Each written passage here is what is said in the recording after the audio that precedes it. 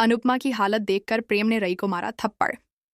जी हाँ दोस्तों, सीरियल अनुपम में अपकमिंग ड्रामा देखने को मिलने वाला है। अनुपम रई की बातों से बहुत ज्यादा टूट जाती है। वह इतनी परेशान हो जाती है कि अपना मानसिक संतुलन तक खो बैठती है। एक औरत जो एक अजनबी है, अनुपम को बुरी तरह से टॉर्चर करती दिखती है, लेकिन वहीं प्रेम उसे बचाने आता है। अनुपमा की हालत देखकर प्रेम को गहरा झटका लगता है। अनुपम पूरी तरह से डरी हुई होती है और उसके सिर पर गंभीर चोट लगी होती है। वह प्रेम की बाहों में बेहोश हो जाती है और प्रेम तुरंत उसे अस्पताल लेकर भागता है।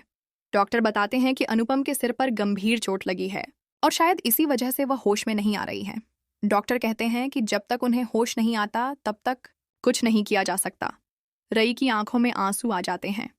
प्रेम कहता है, अब मुझे समझ आ रहा है कि अनुपम के साथ तुम्हारा क्या हुआ था। मुझे यकीन है कि तुमने उनसे प्यार से बात नहीं की होगी।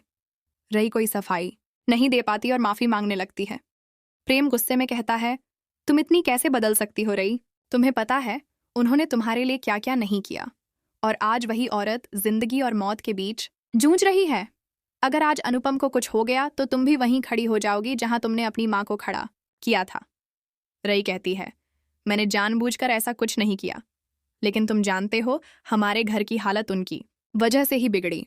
प्रेम गुस्से में जवाब देता है, क्या उन्होंने कहा था आर्यन को ट्रक चलाने के लिए या नशा करने के लिए? वो उसके लिए जिम्मेदार नहीं है। उन्होंने न तो आर्यन को जन्म दिया था और न ही पाला था। फिर गलती उनकी कैसे हुई? अगर आज अनुपम को कुछ हो गया रई, तो मैं भी तुम्हें कभी माफ नहीं करूंगा। रई माफी मांगती है, लेकिन प्रेम नहीं सुनता और वहां से चला जाता है। वह मंदिर में जाकर अनुपम के लिए प्रार्थना करता है।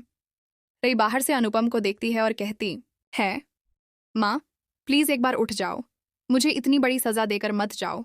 पहले पापा चले गए और अब अगर आप भी चली गई तो मैं खुद को अनाथ समझूंगी। मुझसे गलती हो गई माँ। लेकिन अनुपम को होश नहीं आता। अब देखना दिलचस्प होगा कि प्रेम की नफरत कैसे रई को बदल देगी और माँ बेटी का मिलन कैसे होगा।